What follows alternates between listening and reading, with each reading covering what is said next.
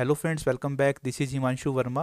Friends, अभी तक हम moment of inertia discrete masses का कैलकुलेट करना सीख चुके हैं और अब हम सीखते हैं मोमेंट ऑफ इनर्शिया कैलकुलेट करना कंटिन्यूअस बॉडीज का। लेकिन कंटिन्यूअस बॉडीज का मोमेंट ऑफ इनर्शिया कैलकुलेट करने के लिए हमें पहले कोऑर्डिनेट सिस्टम की नॉलेज होनी चाहिए। कोऑर्डिनेट सिस्टम का मतलब है कि किसी भी पॉइंट को स्पेस में हम किस तरह से बता सकते हैं कि वह पॉइंट स्पेस में कहाँ पर है। तो उसके लिए मेनली तीन तरह के कोऑर्डिनेट सिस्टम यूज होते हैं। पहला है कार्टेशियन, दूसरा है सिलेंड्रिकल और तीसरा है स्फेरिकल। अगर हम कार्टेशियन कोऑर्डिनेट की बात करें, जैसे मान लीजिए कार्टेशियन कोऑर्डिनेट सिस्टम में यह कोई पॉइंट है और हमें बताना है कि यह पॉइंट स्पेस में कहाँ पर है।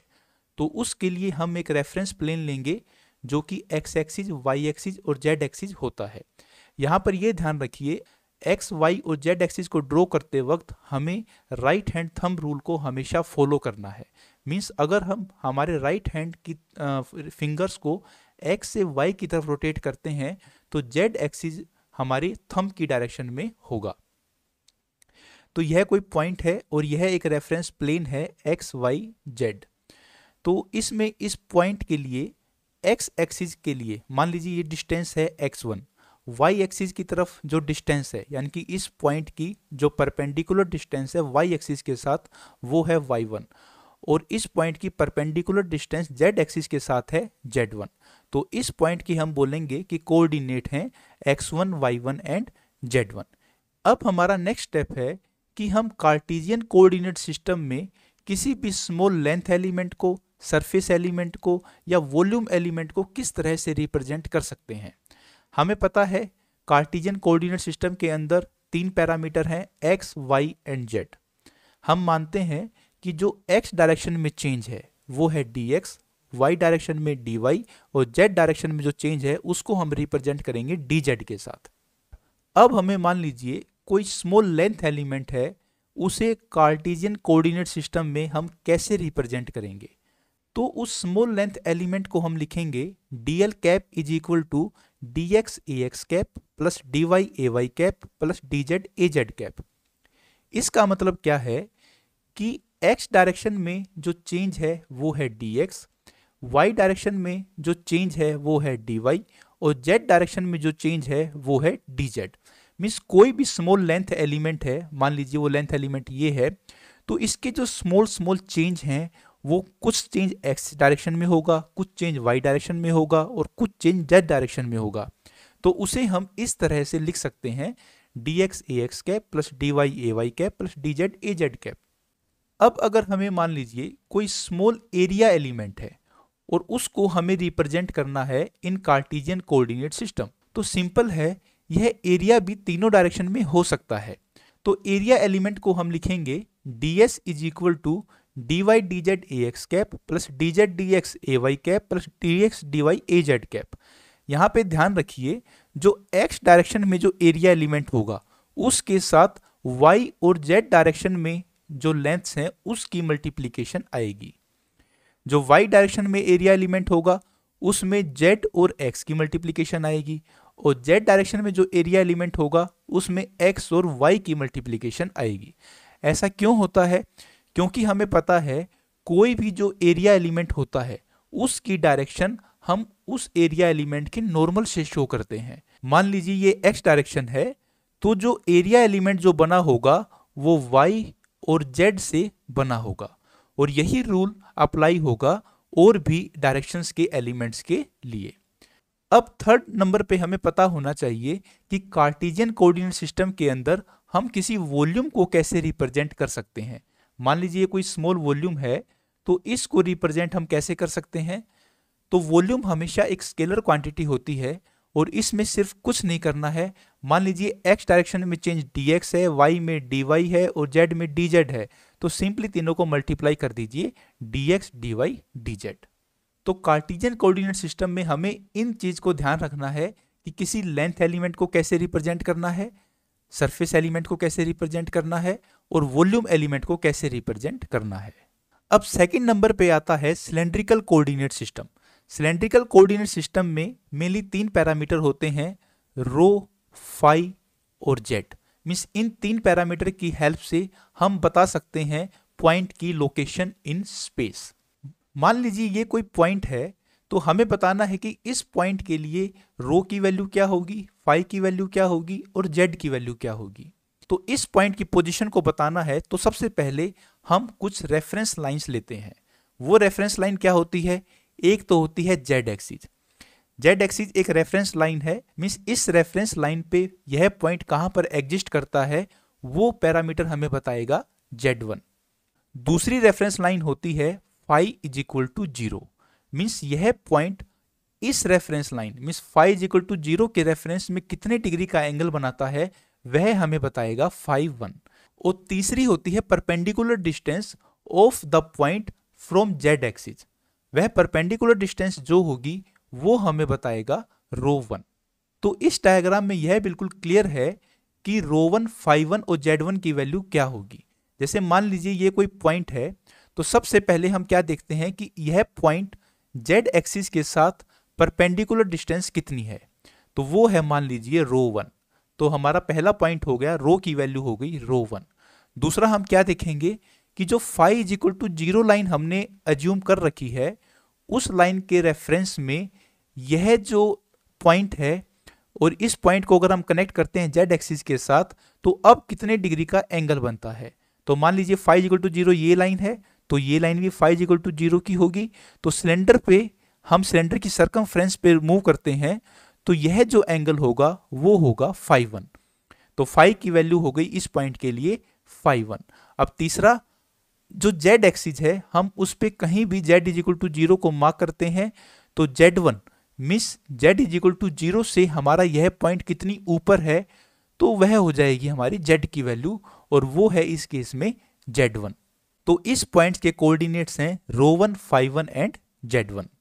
अब तीनों जो वेरिएबल हैं rho, phi and z, cylindrical coordinate system में मान लीजिए रो में कुछ चेंज हुआ है तो उसे हम डी रो से रिप्रेजेंट करेंगे, फाई में कुछ चेंज है तो डी फाई से, और जेड में कुछ चेंज है तो डी जेड से।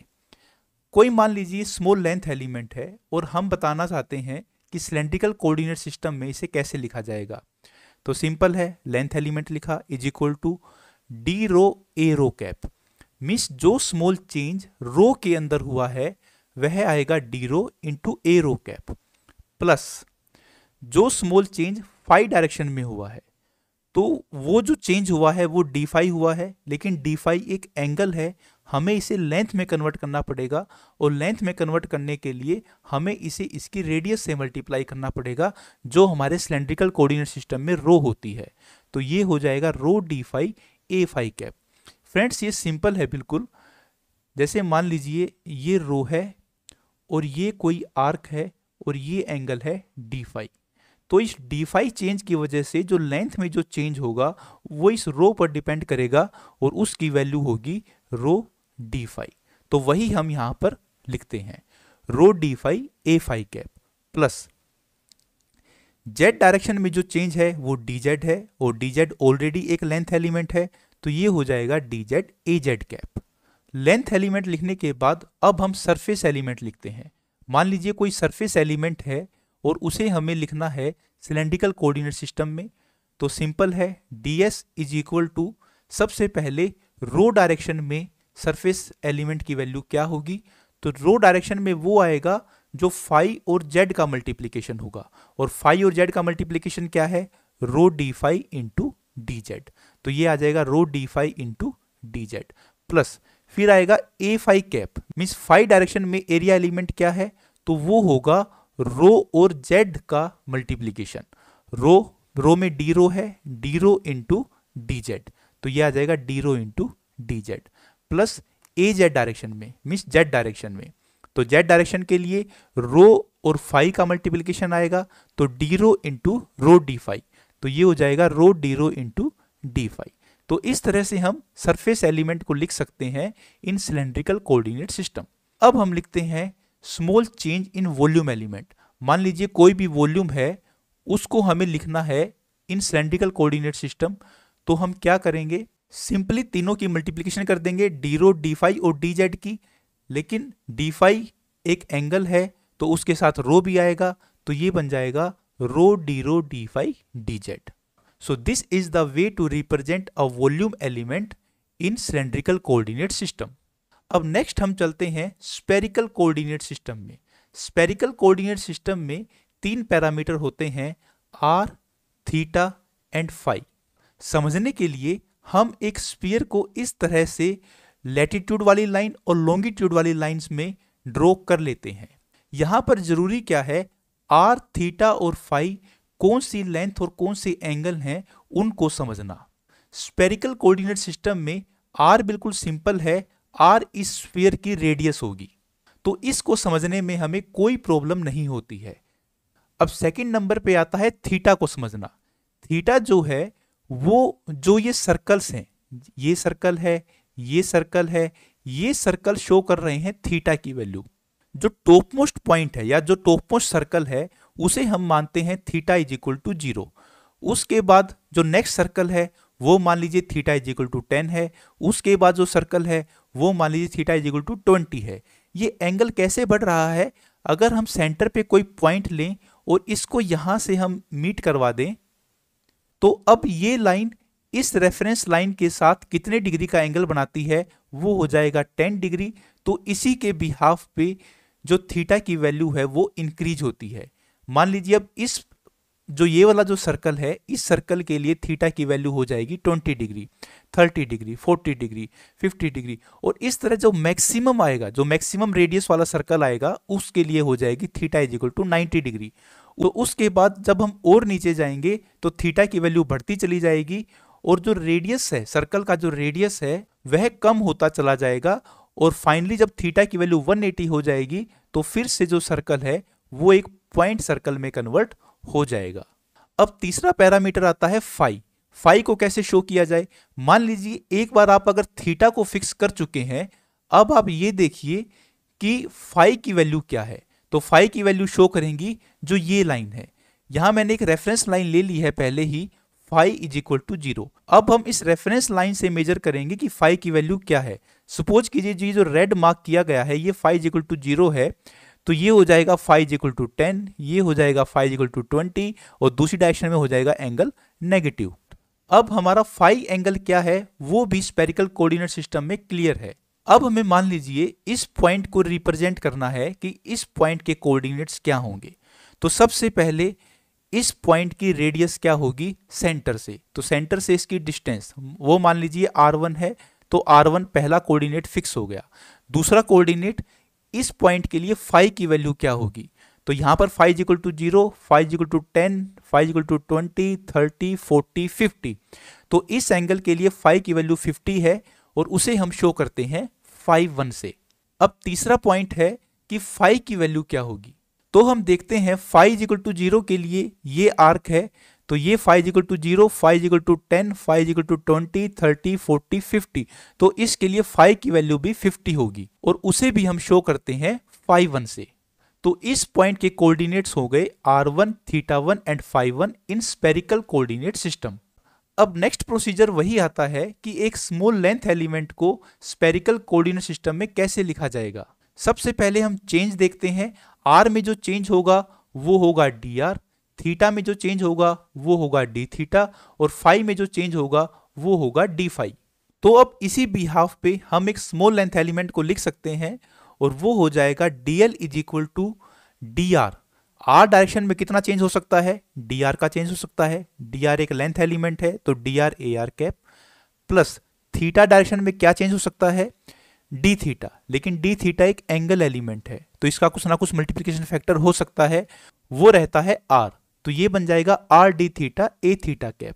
अब फाई डायरेक्शन में कितना होगा, तो d फाई, लेकिन d फाई भी एक एंगल है तो इसका कुछ ना कुछ मल्टीप्लिकेशन फैक्टर होगा, वो होता है r साइन थीटा, तो ये बन जाएगा r sine theta d phi a phi cap. अब हम सिंपली ds कैप मींस एक स्मॉल सरफेस एलिमेंट को भी लिख सकते हैं। वो कैसे लिखा जाएगा, पहले ar डायरेक्शन में क्या होगा, तो ar डायरेक्शन में होगा जो थीटा और फाई की डायरेक्शन का मल्टीप्लिकेशन है, वो हो जाएगा r d theta into r sine theta d phi, तो ये बन जाएगा r square sine theta d theta d phi, plus जो थीटा डायरेक्शन में है, थीटा डायरेक्शन में क्या होगा, जो r और फाई का मल्टीप्लिकेशन होगा, तो वो हो जाएगा dr into r sine theta d phi. अब a फाई डायरेक्शन में क्या होगा, वो होगा आर और थीटा का मल्टीप्लीकेशन, वो हो जाएगा D are into are D theta. तो इस तरह से हम सरफेस एलिमेंट को लिख सकते हैं इन स्पेरिकल कोऑर्डिनेट सिस्टम। अब अगर हमें मान लीजिए वॉल्यूम एलिमेंट को लिखना है तो वो हो जाएगा D R D theta D phi और इनके मल्टीप्लीकेशन फैक्टर, जिसमें डी थीटा का मल्टीप्लीकेशन फैक्टर है आर और फाई का मल्टीप्लीकेशन फैक्टर है आर साइन थीटा। तो हम वॉल्यूम एलिमेंट को लिख सकते हैं D V is equal to R square sine theta D R D theta D phi. तो फ्रेंड्स फाइनली मैंने यहाँ पे सरफेस एलिमेंट को और वॉल्यूम एलिमेंट को लिख दिया है इन स्पेरिकल कोऑर्डिनेट सिस्टम। जो पहला कोऑर्डिनेट सिस्टम है मींस कार्टेशियन कोऑर्डिनेट सिस्टम, उसमें एक्स वाई जेड कौन सी पोजीशंस हैं उनका पता होना चाहिए। सिलेंड्रिकल कोऑर्डिनेट सिस्टम है जिसके अंदर रो फाई जेड होता है, तो इसमें रो क्या है, फाई क्या है और जेड क्या है, इस चीज़ का पता होना चाहिए। थर्ड कोऑर्डिनेट सिस्टम जो कि स्पेरिकल कोऑर्डिनेट सिस्टम है, उसमें आर थीटा और फाई क्या है, कौन से एंगल है, कौन सी लेंथ है, इस चीज़ का पता होना चाहिए। और उसके बाद हम हर एक कोऑर्डिनेट सिस्टम में लेंथ एलिमेंट, सरफेस एलिमेंट और वॉल्यूम एलिमेंट को किस तरह से रिप्रेजेंट कर सकते हैं उस चीज़ का पता होना चाहिए। फ्रेंड्स हमको ज़्यादा रटने की जरूरत नहीं है। फ्रेंड्स हमें इन दो मैट्रिक्स को ध्यान रखना चाहिए, जिसमें क्या है, कार्टेशियन कोऑर्डिनेट सिस्टम के लिए एक्स वाई जेड होते हैं, तो एक्स वाई जेड तीनों ही लेंथ एलिमेंट हैं, तीनों ही लेंथ्स हैं, तो इनके मल्टीप्लिकेशन फैक्टर 1 1 1 होते हैं। दूसरा सिलेंड्रिकल कोऑर्डिनेट सिस्टम में रो फाई और जेड होता है, रो और जेड लेंथ एलिमेंट हैं, तो इनके मल्टीप्लिकेशन फैक्टर 1 1 होंगे।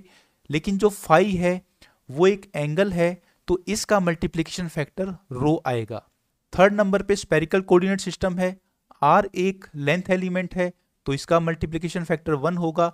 थीटा और फाई का मल्टीप्लिकेशन फैक्टर आर और आर साइन थीटा होता है। तो फ्रेंड्स हमें इन दो मैट्रिक्स का ध्यान रखना है। इन दो मैट्रिक्स का ध्यान रखते हुए हम कोई भी लेंथ एलिमेंट, सरफेस एलिमेंट या वॉल्यूम एलिमेंट को लिख सकते हैं।